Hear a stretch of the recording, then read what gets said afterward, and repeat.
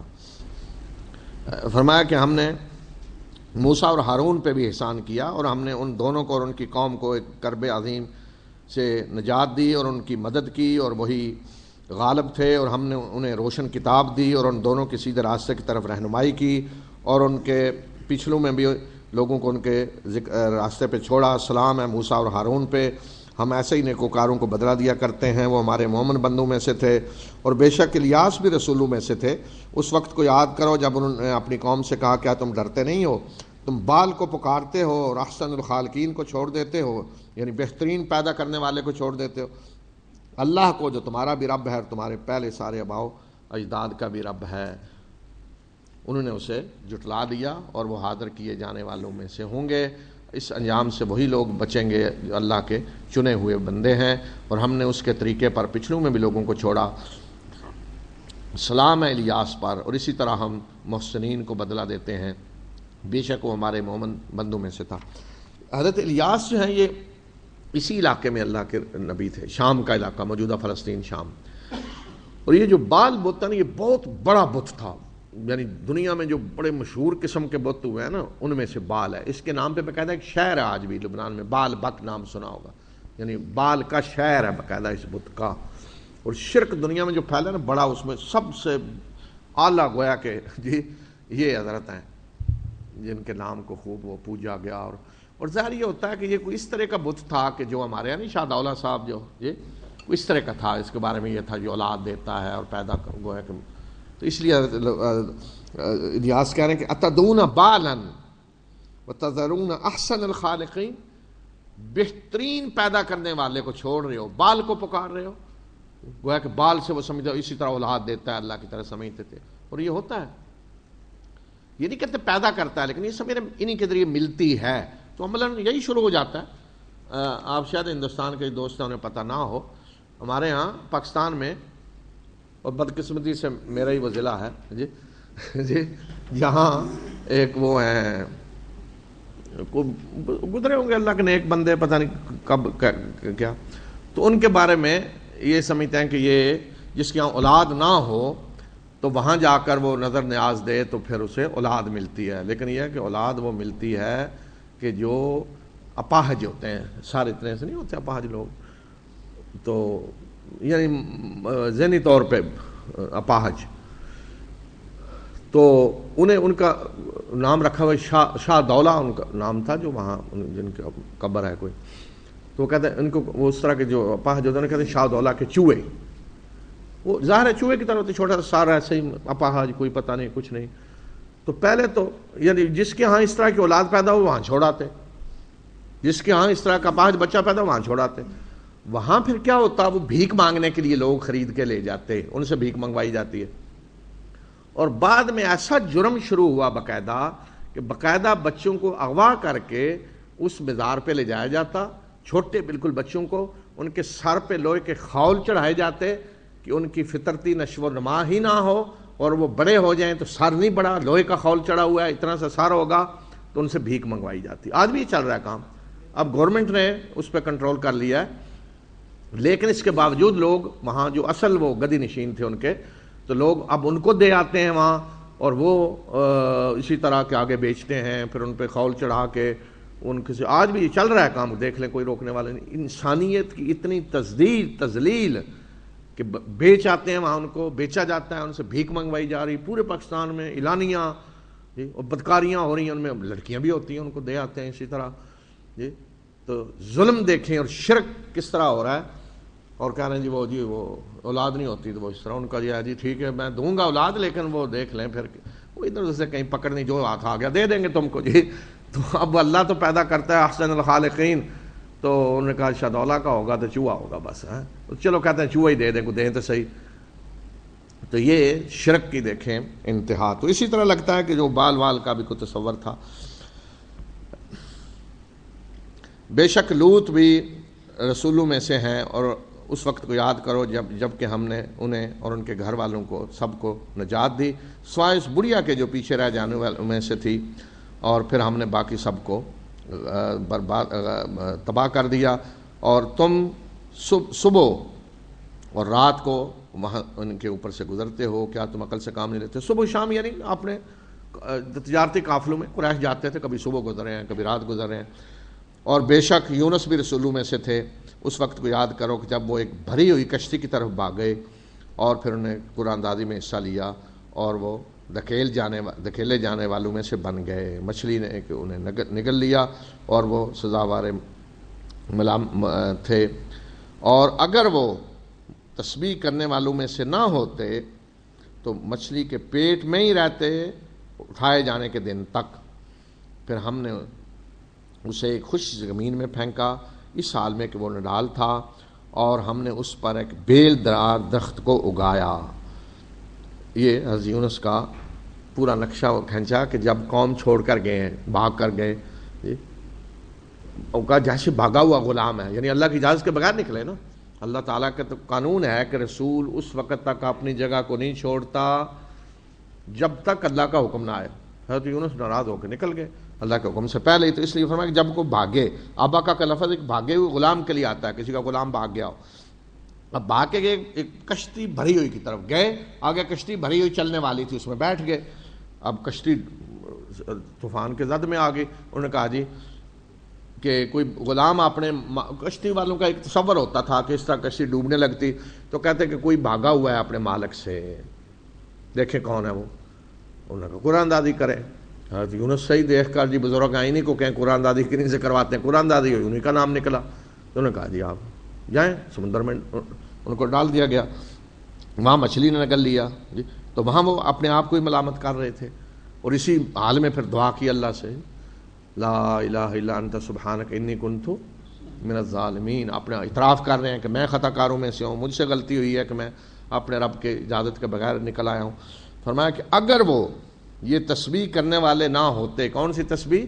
لا الہ الا انت سبحانک انی کنت من الظالمین، تو وہ مچھلی ہی کے پیٹ میں اٹھائے جانے تک پڑے رہتے، جب تک اٹھائے قبر وہی بن جاتی گویا کہ۔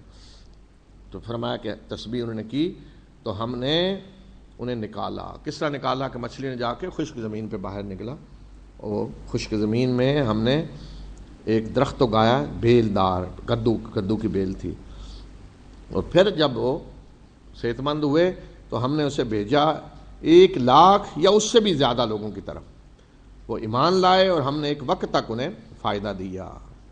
یہ جو فرمایا کہ 1,00,000 او یزیدون، یا اس سے بھی بڑھیں گے، اللہ تعالیٰ کو تو پتہ ہے 1,00,000۔ اس وقت جب حضرت یونس کو کہا جائیں قوم کی طرف تو گویا کہ 1,00,000 تھے، لیکن حضرت یونس کے بچے تو پیدا ہوتے جا رہے ہیں نا، حضرت یونس کے جاتے جاتے ممکن ہے بڑھ گئے ہوں 1,00,000 سے۔ یہ ہے موجزانہ پہلو قرآن کا۔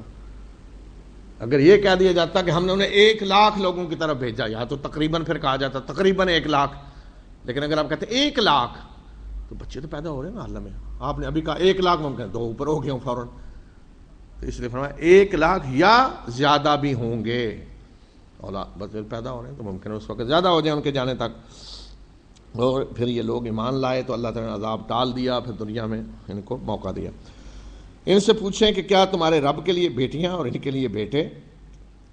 ہم نے کیا فرشتوں کو ہم نے عورتیں بنایا ہے، یعنی فیمیل بنایا، مؤنث، اور یہ گواہ ہیں، خبردار یہ جھوٹ کہہ رہے ہیں کہ اللہ نے بیٹا کسی کو بنایا، اور یہ جھوٹے ہیں۔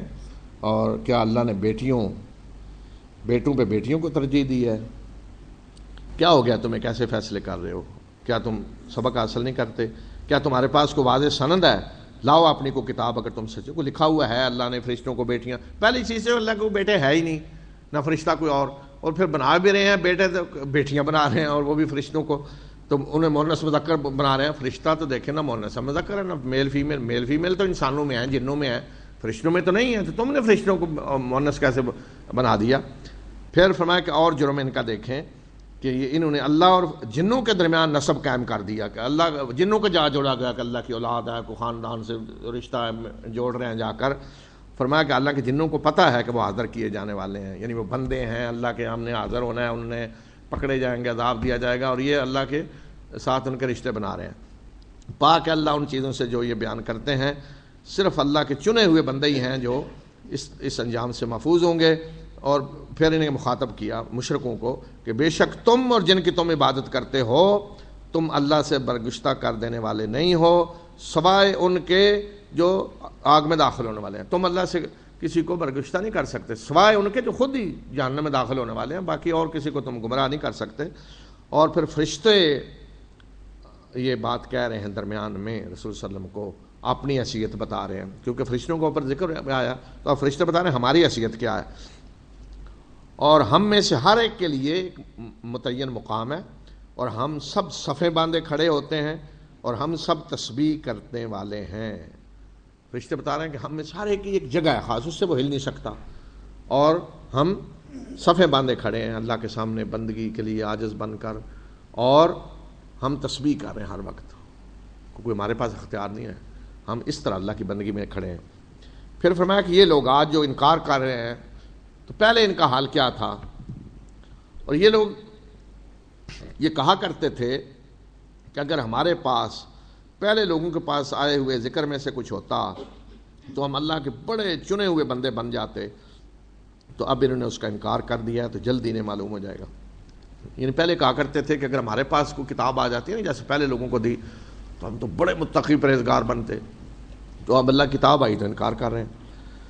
اور ہمارے بھیجے ہوئے وَلَقَدْ سَبَقَتْ كَلِمَتُنَا لِعِبَادِنَا الْمُرْسَلِينَ، اور ہمارے رسول بندوں کے لیے پہلے سے یہ فیصلہ ہو چکا ہے کہ ان کی مدد کی جائے گی اور ہمارے لشکری غالب ہوں گے۔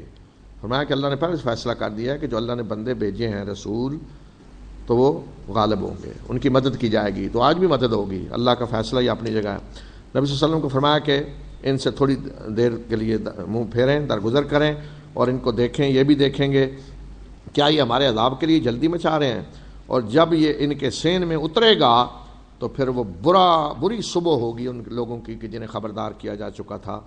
آپ ان کو تھوڑی دیر کے لیے چھوڑ دیں اور یہ دیکھیں، اور آپ دیکھیں، یہ بھی دیکھیں گے پاک ہے تیرا رب، عزت کا مالک ان باتوں سے جو یہ بیان کرتے ہیں، اور سلام ہے رسولوں پر، اور شکر کا سزاوار ہے اللہ تمام جہانوں کا رب۔ بسم اللہ الرحمن الرحیم صاد والقرآن ذی الذکر بل الذین کفروا فی عزت وشقاق كم أهلكنا من قبلهم من قرن فنادوا ولا تحين مناص وعجبوا أن جاءهم منذر منهم وقال الكافرون هذا ساحر كذاب أجعل الآلهة إلها واحدا إن هذا لشيء عجاب وانطلق الملأ منهم أن امشوا واصبروا على آلهتكم إن هذا لشيء يراد ما سمعنا بهذا في الملة الآخرة إن هذا إلا اختلاق أنزل عليه الذكر من بيننا بل هم في شك من ذكري بل لما يذوقوا عذاب أم عندهم خزائن رحمة ربك العزيز الوهاب أم لهم ملك السماوات والأرض وما بينهما فليرتقوا في الأسباب جند ما هنالك مهزوم من الأحزاب كذبت قبلهم قوم نوح وعاد وفرعون ذو الأوتاد وثمود وقوم لوط وأصحاب الأيكة أولئك الأحزاب إن كل إلا كذب الرسل فحق عقاب وما ينظر هؤلاء إلا صيحة واحدة ما لها من فواق وقالوا ربنا عجل لنا قطنا قبل يوم الحساب اصبر على ما يقولون واذكر عبدنا داود ذا الأيد إنه أواب إنا سخرنا الجبال معه يسبحن بالعشي والإشراق والطير محشورة كل له أواب وشددنا ملكه وآتيناه الحكمة وفصل الخطاب وهل أتاك نبأ الخصم إذ تسوروا المحراب إذ دخلوا على داود ففزع منهم قالوا لا تخف خصمان بغى بعضنا على بعض فاحكم بيننا بالحق ولا تشرط واهدنا إلى سواء الصراط إن هذا أخي له 99 نعجة ولي نعجة واحدة فقال أكفلنيها وعزني في الخطاب قال لقد ظلمك بسؤال نعجتك إلى نعاجه وإن كثيرا من الخلطاء ليبغي بعضهم على بعض إلا الذين آمنوا وعملوا الصالحات وقليل ما هم. وظن داود أنما فتناه فاستغفر ربه وخر راكعا وأناب فغفرنا له ذلك وإن له عندنا لزلفى وحسن مآب. يا داود إنا جعلناك خليفة في الأرض فاحكم بين الناس بالحق ولا تتبع الهوى فيضلك عن سبيل الله. إن الذين يضلون عن سبيل الله لهم عذاب شديد بما نسوا يوم الحساب. وما خلقنا السماء والأرض وما بينهما باطلا ذلك ظن الذين كفروا فويل للذين كفروا من النار. أم نجعل الذين آمنوا وعملوا الصالحات كالمفسدين في الأرض أم نجعل المتقين كالفجار. كتاب أنزلناه إليك مبارك ليدبروا آياته وليتذكر أولو الألباب. ووهبنا لداود سليمان نعم العبد إنه أواب. إذ عرض عليه بالعشي الصافنات الجياد فقال إني أحببت حب الخير عن ذكر ربي حتى توارت بالحجاب. ردوها علي فطفق مسحا بالسوق والأعناق. ولقد فتنا سليمان وألقينا على كرسيه جسدا ثم أناب. قال رب اغفر لي وهب لي ملكا لا ينبغي لأحد من بعدي إنك أنت الوهاب. فسخرنا له الريح تجري بأمره رخاء حيث أصاب والشياطين كل بناء وغواص وآخرين مقرنين في الأصفاد. هذا عطاؤنا فامنن أو أمسك بغير حساب وإن له عندنا لزلفى وحسن مآب. بسم اللہ الرحمن الرحیم. یہ سورہ سعد ہے. سعد اس کا نام ہے، یعنی حروف مقطعات میں سے حرف کو علامت کے طور پہ نام رکھ دیا گیا. اور قسم ہے ذکر سے معمور قرآن کی، بلکہ جنہوں نے کفر کیا وہ گھمنڈ میں ہیں اور مخالفت میں پڑے ہوئے ہیں. ان سے پہلے کتنی ہی قوموں کو ہم نے ہلاک کیا تو انہوں نے آہو بکا کی تو کوئی اس وقت بھاگنے کی جگہ نہیں تھی. کیا انہیں تعجب ہے اس بات پہ کہ انہی میں سے ایک خبردار کرنے والا آ گیا ہے اور کافر کہہ رہے ہیں کہ یہ تو ایک جادوگر ہے اور جھوٹا ہے، اور کہہ رہے ہیں کہ کیا اس نے سب خداؤں کا ایک خدا بنا دیا ہے. یہ تو بڑی عجیب بات ہے. اور ان کے سردار چل پڑے یہ کہتے ہوئے کہ چلو اور صبر کرو اپنے معبودوں پہ، بے شک یہ کام کیا جائے گا. ہم نے تو یہ بات پہلے گزرے ہوئے لوگوں میں نہیں سنی، یہ ایک گھڑی ہوئی بات ہے. کیا اس پر ہم سب میں سے ذکر نازل کر دیا گیا ہے؟ بلکہ یہ لوگ میرے ذکر کی طرف سے شک میں پڑے ہوئے ہیں، بلکہ انہوں نے ابھی میرا عذاب کا مزہ نہیں چکھا. کیا ان کے پاس تیرے رب عزیز و وہاب کے خزانے ہیں؟ کیا ان کے لیے بادشاہی ہے آسمان و زمین اور اس کے درمیان کی ساری چیزوں کی؟ اگر یہ بات ہے تو پھر یہ آسمان میں چڑھ کے دیکھیں. یہاں ان گروہوں میں سے ایک لشکر کو شکست دی جائے گی، یعنی یہ شکست کھائیں گے. تو یہ جو فرمایا کہ اجعل الآلہۃ الہ واحد، یہ کہتے تھے کہ کیا دیکھیں انہوں نے رسول صلی اللہ علیہ وسلم کے بارے میں کہتے کہ سارے خداؤں کی جگہ انہوں نے ایک خدا بنا دیا ہے. ہمارے اتنے معبود ہیں سارے، کہتے ہیں سب ختم جی ایک خدا. یہ گویا کہ جھگڑا یہی تھا نا، لا الہ الا اللہ. یہ تو عجیب بات ہے، یہ کیسے ہے کہ سارے خدا ختم اور ایک رہ گیا. پھر ان کے سردار نقشہ کھینچا کہ وہ غصے میں کہہ رہے ہیں کہ چلیں اور ڈٹ جائیں آپ جی اپنے معبودوں پہ، یہ چھوڑا اپنے عبادت سے ہمیں روکنا چاہتے ہیں، ڈٹے رہو انہی کی عبادت پہ اور یہ کام کر کے رہنا ہے ہم نے. اور جی ہم نے تو پہلے کسی سے یہ بات نہیں سنی کہ سب معبود ختم اور صرف ایک کی عبادت کی جائے. یہ کیسی باتیں ہیں جو گھڑی جا رہی ہیں. تو پھر بڑے وہ تضحیک امیز انداز سے کہتے ہیں کہ انزل علیہ ذکر من بیننا، ہم سب کو چھوڑ کر ان پہ یاد دہانی اتار دی گئی ہے، یعنی اللہ کو یہی ملے ہیں رسول بنانے کے لیے. تو اب دیکھیں اللہ تعالیٰ نے انداز پھر غصے کہا ہے.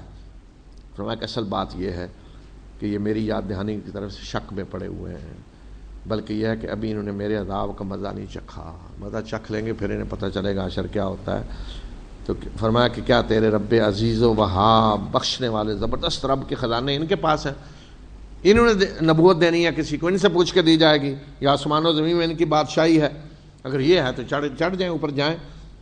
اور پھر اسی طرح فرمایا کہ قوم نوح پہلے گزر چکی، قوم نوح، آج فرعون میخوں والا کا مطلب لشکروں والا، قوم سمود اور لوط، اصحاب ایک مراد ہے اصحاب مدین. یہ سب لشکر تھے بڑے بڑے. ان میں سے ہر ایک نے رسولوں کو جھٹلایا اور میری سزا ان پہ واجب ہو گئی، یعنی پھر یہ آگے اللہ کی سنت کے مطابق سزا کی زد میں فرمایا کہ یہ جو مطالبے کریں عذاب کے، تو کس چیز کا انتظار کریں؟ یہ صرف انتظار کریں اس کا کہ ایک آواز ایسی آئے اور انہیں پکڑ کے ایسے تباہ و برباد کر دیا جائے، گویا کہ یہ عذاب کا مطالبہ کر کے یہ کہہ رہے ہیں کہ اے پروردگار قیامت سے پہلے ہی ہمیں اپنا حصہ یہاں دے دے۔ اللہ کا قانون یہ ہے کہ عذاب تو قیامت کو ملنا ہے، یہ کہتے ہیں نہیں جلدی جلدی ہمیں یہی حصہ دے دے، عذاب کے لیے جلدی مچائے ہوئے ہیں۔ فرمایا کہ صبر کریں اس پہ جو کچھ یہ کہتے ہیں، اور ہمارے بندے داؤد کا ذکر کریں جو قوت والا تھا، ہاتھوں والا، بے شک وہ رجوع کرنے والا تھا، یعنی ایسا بندہ نہیں کہ ہاتھ پاؤں توڑ کے جو بیٹھا ہوا تھا کہیں۔ دیکھیں نا اللہ تعالیٰ کہ بندوں کا اللہ کس شان سے ذکر کر رہا ہے۔ ایک طرف حضرت داؤد اللہ کی تسبیح کر رہے ہیں، پہاڑوں کو حکم ہوا ساتھ شریک ہو جاؤ، پرندے تسبیح میں شریک ہیں، دوسری طرف زریں بنا رہے ہیں، یعنی اسلحہ بنا رہے ہیں۔ حالانکہ مذہب کا تصور یہ نہیں، مذہب ان چیزوں میں نہیں پڑتا جی، مذہبی لوگوں کو یہ کام نہیں کرنے چاہیے، جہاد اور قتال اور اسلحہ یہ چیزیں تو دیکھیں۔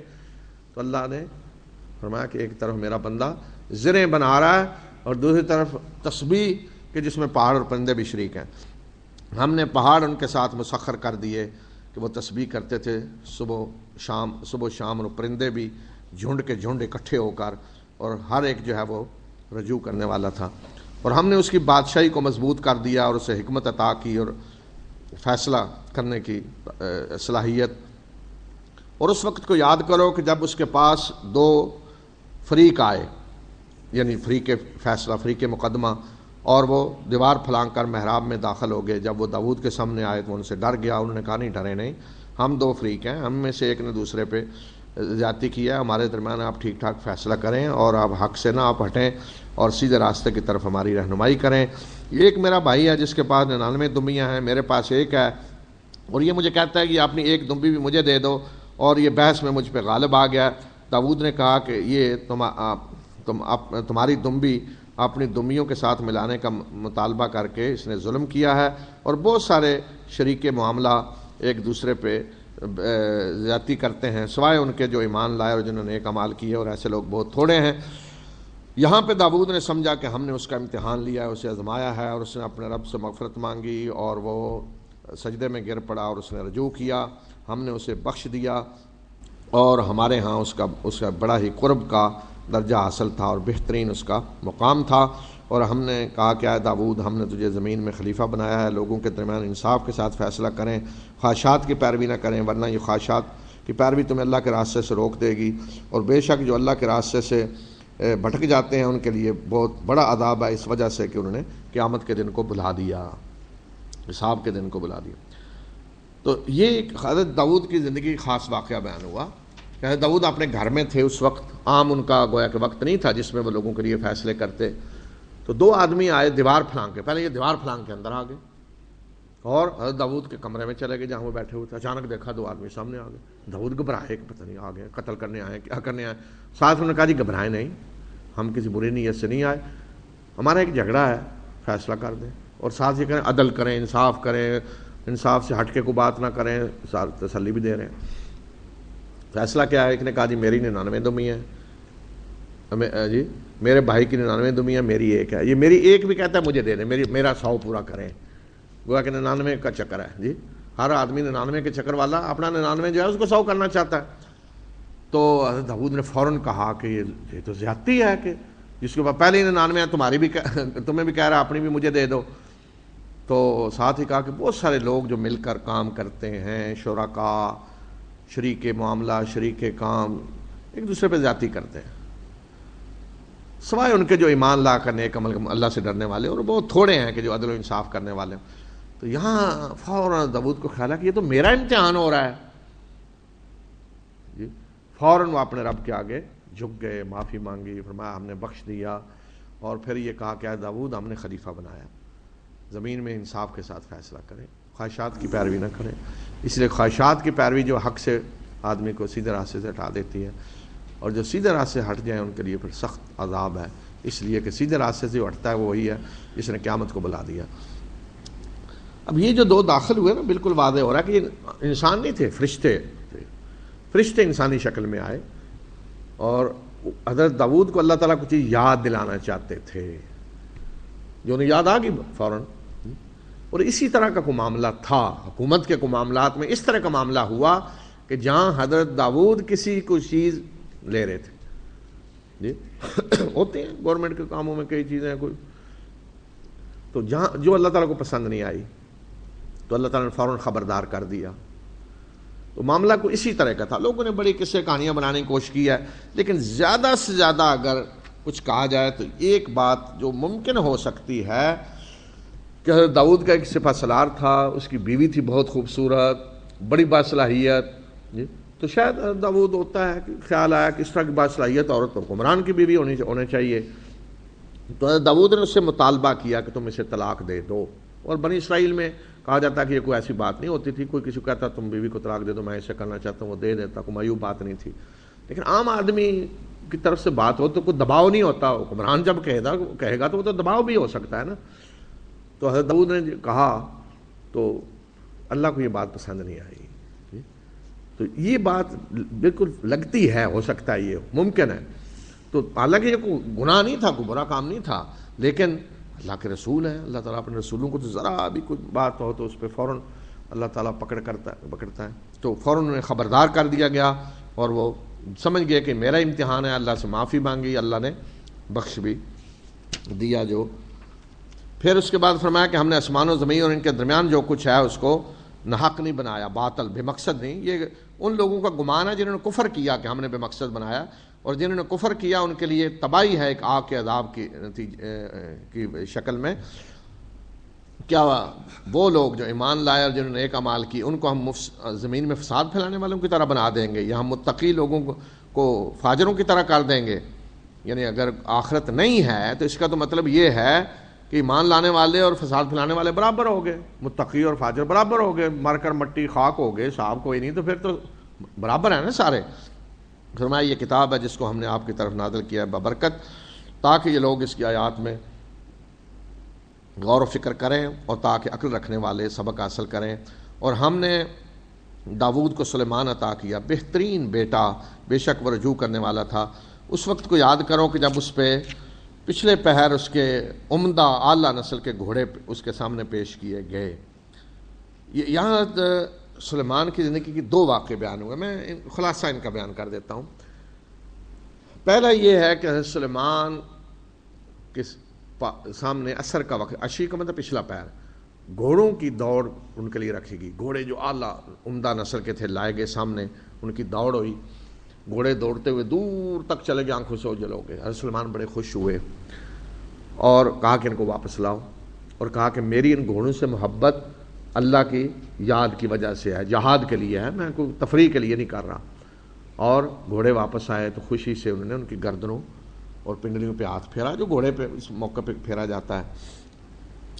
تو ایک تو یہ اس کا ترجمہ ہے، یہ بھی ہے ہو سکتا ہے. دوسرا یہ کہ عصر کے وقت اسی طرح گھوڑوں کی دوڑ میں حضرت سلیمان شریک تھے، تو یہاں تک کہ سورج غروب ہو گیا، سورج نظر سے اوجھل ہو گیا. تو سلیمان کو احساس ہوا میری عصر کی نماز رہ گئی. تو انہوں نے کہا کہ نماز کیوں رہ گئی اسی گھوڑ دوڑ میں شریک؟ دیکھتے دیکھتے تو انہوں نے غصے سے گھوڑوں کو کہا لاؤ اور ان کی پنڈلیاں اور گردنیں کاٹ دیں. ایک ترجمہ یہ کیا گیا ہے، لیکن یہ ترجمہ صحیح نہیں ہے، اس لیے کہ گھوڑے کا کیا قصور ہے؟ اللہ کا رسول کو گھوڑوں کو قتل کرے گا، گھوڑے کا کیا قصور ہے؟ تو پہلا ہی ترجمہ صحیح ہے کہ وہ دوڑ میں گھوڑے دور نکل گئے تو سلمان نے کہا واپس لائیں. پھر خوشی سے ان کی پنڈلیوں اور گردنوں پہ ہاتھ پھیرا اور بتایا کہ میری محبت ان سے اللہ کی یاد کی بنیاد پہ ہے، یعنی جہاد کے لیے ہے. ایک تو یہ واقعہ. دوسرا فرمایا کہ ہم نے سلیمان کا امتحان لیا اور اس کی کرسی پہ، تخت پہ ایک ڈھانچہ سا ڈال دیا، اور پھر اس نے رجوع کیا اور کہا کہ اے پروردگار مجھے بخش دے اور مجھے ایسی سلطنت عطا کر جو میرے بعد کسی کے لیے مناسب نہ ہو، کسی اور کے لیے نہ ہو. بے شک تو بہت ہی بخشنے والا مہربان ہے. اور ہم نے اس کے لیے ہوا کو مسخر کر دیا جو اس کے حکم سے جہاں وہ جانا چاہتا سازگار ہو کر چلتی، اور شیاطین مسخر کیے، ہر قسم کے معمار اور غوطہ خور اور کچھ دوسرے جو بیڑیوں میں جکڑے ہوئے ہوتے تھے. اور ہم نے کہا کہ یہ ہماری بخشش ہے، احسان کریں بے حساب، احسان کریں یا روک کے رکھیں، یعنی دے لوگوں کو جتنا چاہیں یا روک کے رکھیں، آپ سے نہیں پوچھا جائے گا، آپ کی مرضی جیسے چاہیں کریں. اور بے شک اسے ہمارے ہاں قرب حاصل تھا اور بہترین درجہ مقام حاصل تھا. اب یہ جو ہے کہ ہم نے امتحان لیا سلیمان کا اور ان کے تخت پہ ایک ڈھانچہ سا لا کر ڈال دیا، پھر انہیں رجوع کیا اللہ کی طرف، معافی مانگی اور پھر دعا کی کہ اے پروردگار ایسی سلطنت دے جو کسی اور کے لیے نہ ہو۔ یہ واقعہ بھی ایسا ہے کہ جس کی کوئی 100% ایسی تشریح نہیں علماء کر سکے مفسرین کی جس پہ بالکل مطمئن ہو، آدمی دل مطمئن ہو جائے، نہیں۔ اور بنی اسرائیلیات میں تو بڑے عجیب و غریب واقعے ہیں، حضرت عثمان پہ سلمان پہ تہمتیں لگائی گئیں، اور ایک مشہور واقعہ آپ نے سنا ہوگا جی، انگوٹھے کے ذریعے حکومتیں ہو رہی تھیں، انگوٹھی گم ہو گئی تو جو کوئی جن لے گیا، سلطنت عثمان کی اس کے قبضے میں آ گئی، سلمان بھیک مانگتے پھر ہیں، استغفر اللہ، اللہ کے انبیاء کے ساتھ یہ ہوتا، بھیک مانگتے پھر رہے ہیں، تو پھر بھیک میں کسی نے وہ مچھلی دے دی تو جن نے وہ انگوٹھی کہیں پھینکی تھی سمندر میں، وہ مچھلی کے پیٹ میں چلی گئی، اور سلمان کو جو مچھلی بھیک میں ملی وہ جب کاٹی تو انگوٹھی نکل آئی تو اچانک سارے جن سامنے آ گئے، جو تماشا جیسے لوگ ایک بناتے ہیں، وہ گویا کہ انگوٹھی کے دور سے حکومتیں چل رہی تھیں جی، تو یہ تو جھوٹ ہے، غلط ہے، اس کی کوئی حقیقت نہیں۔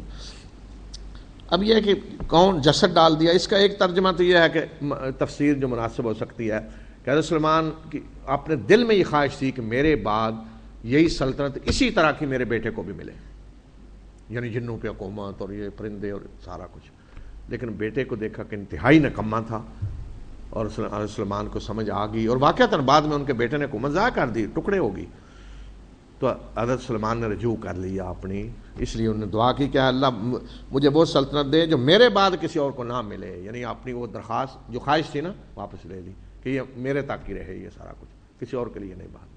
یہ ایک تو یہ بات ہے، یہ صحیح لگتی ہے بالکل۔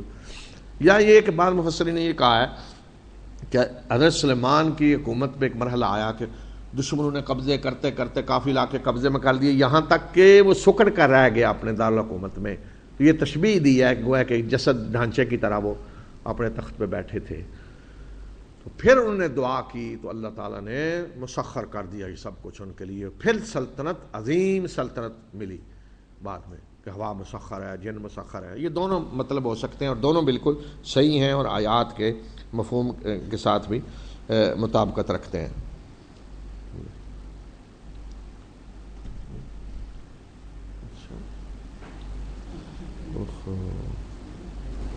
نہیں ہم نے کہا تھا 5 منٹ پہلے ختم کر دیں گے جی، ہاں چلو انشاءاللہ کل اگلا جو ہے اس کو کل کریں گے۔ وآخر دعوانا الحمدللہ۔